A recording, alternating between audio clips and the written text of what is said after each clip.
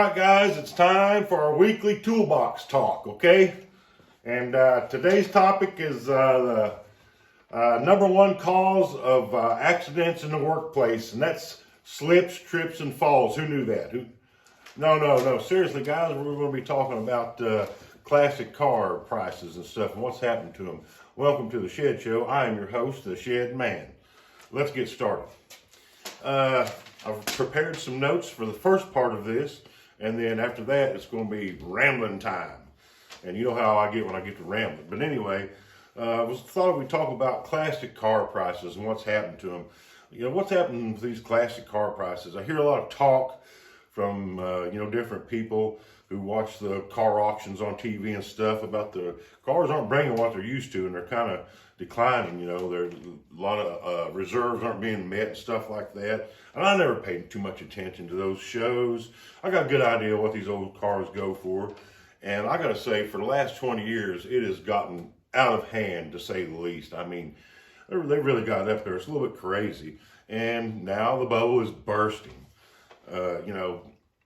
And really any kind of desirable car, the most popular, I'm going to say, is from the mid 60s to 72. We're talking probably 68 to 72. That's where everybody likes those muscle cars and everything. They've got a little bit of a modern flair to them. They were being built at a time that the interstate system was getting in place. I'm already starting to ramble here. But so they had things like disc brakes and dual, reservoir master cylinders, and made to go a little bit faster. And they're just cool, But man, nowadays, anything, the bottom of the barrel stuff is maybe the starting point at that is 20 grand. And I'm not talking about a 68 Roadrunner or any GTO or a well-equipped Mustang or something like that. I mean, that's about where they're at. You're not going to get anything fancy for that. And that's kind of a lot of money, not a whole lot. And so, but it's kind of why I stay out of them. I got priced out of that stuff a long time, and I fool around with these old four-door sedans and stuff that are not as, don't bring such a high price, a little bit less risk involved in them, and you need to know what you're looking at. But like I said, the bubbles burst, and on the big fancy museum piece cars that you see on these auctions and stuff, I mean, how high can they go? Some of them go up towards the 6 digits and up. It's the sky's the limit, really. But what I really want to talk about is when you're an old guy like me and you're wanting to buy an old car to fix up or something. Those are the prices who just went berserk. And I think people watch a lot of these car auctions and stuff. And they say, well, I got one of those. I got a whatever sitting out here. I got a 74, and I'm not picking on anybody, but I got a 74 Chevy Nova. It's just like those guys has got there. It's the same thing as a, big block Chevelle. It ought to be. But all right, let's get ready for the rambling. Ladies and gentlemen, boys and girls, children of all ages, let's get ready to ramble.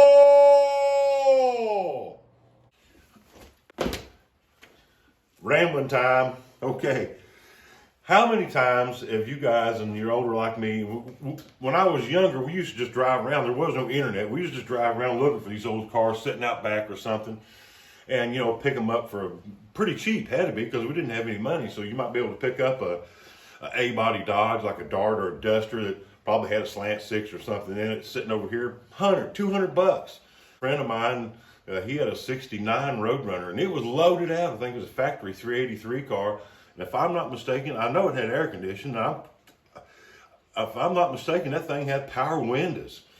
But it was loaded out, and it had been, it had been bondoed up and stuff like that. But still, it would be a $20,000 car easy today. It was bucket seats, console shift, and everything. And we bought and sold that thing back and forth for $1,000, $1,500 from time to time. Switch motors in and out of it all the time. But it'd be worth a fortune today, worth a fortune. And it really wasn't that great of a car. Like I said, it had some Bondo in it, but it would have been easily fixed. Don't get me wrong. He watches my videos and he knows who he is and he knows what I'm talking about. But nowadays, with Marketplace, it's just crazy. And I see these ads all the time, and I wanted to take some screenshots of them and say, look at this car, but I don't want to call out anybody. I'm not that kind of guy. But you guys know what I'm talking about. These cars, oh man, this is a fixer-upper opportunity, or, you know, this is a rat rod ready to happen. And, you know, they got all these sales pitches and these sound bites they've heard on these other ads and stuff. And you're like, dude, that thing's a pile of junk. And they'll want $5,000-$6,000 for it, and it is just, I mean, they don't even bother to run a weed eater around it. It's sitting over in the weed, and they'll say, it's got a perfect body. And you're like, could you show me a picture of the car that you're describing? Because the ones in the pictures, this isn't it. This looks like crap. I know what this is. It's, you know, it's just a rusted out pile of junk, you know. All complete, but it's all apart or something. You're like, oh man, I don't want to buy a basket case. And you know, yeah, and if you know what it is. It's just, oh, what a headache. I can remember, and everybody's had this experience. You stop at somebody's house and, hey, I was looking at this car here. No, it's not for sale. You know, I'm keeping it. I'm going to fix it up one of these days. Man, you've heard that a million times, and they never fix them up. But that's the way it is. An interesting story. I used to buy and fix up these old 1974 Dodge Monaco's, and me and a friend of mine did the Blues Brother thing. And me and another associate of ours, he helped us fix up the cars, and we had several of them. And we always keeping our eye out for them. And one day here, I was driving around not too far from here. Bam, I see one. Actually, I think it was a 75, but they can be made into a 74 pretty easy, and we're always looking for parts. And it was an actual police car.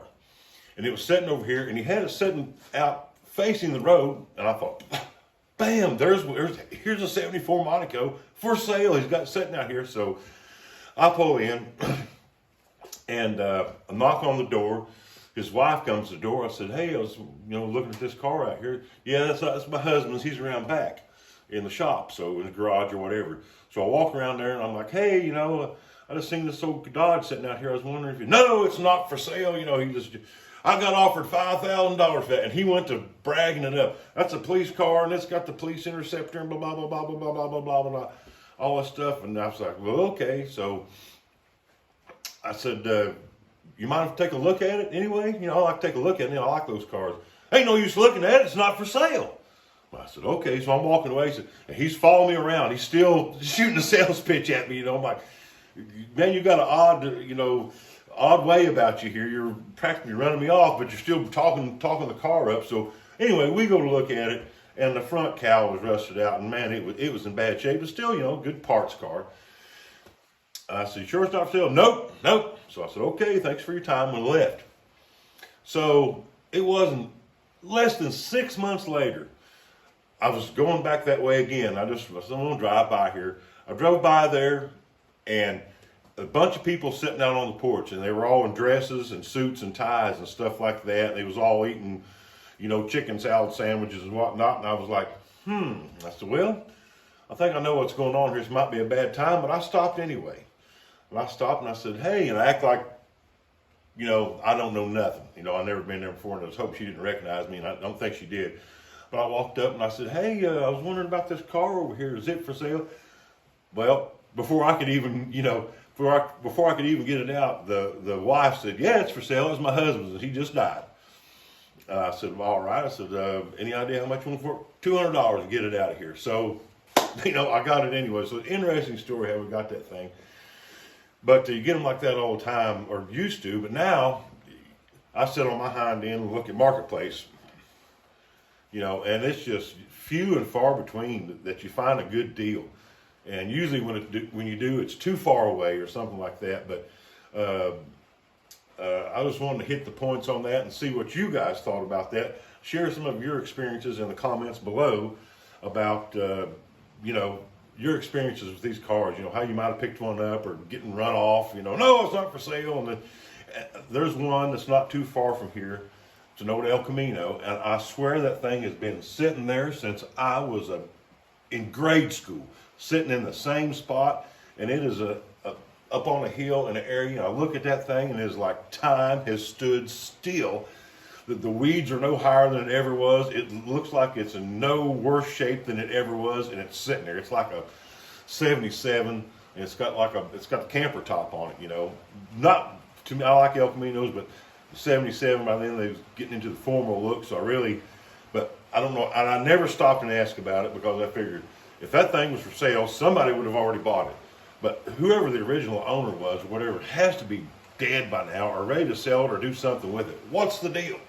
You know, sell that thing and let somebody fix it up. Somebody, you know, it's there for everybody to see. But anyway, that's my rant and ramble about the car prices, the classic car prices these days, and how they're just got out of hand, and how maybe they might be coming back down here a little bit. But that's it for today, and we'll see you next time on The Shed Show.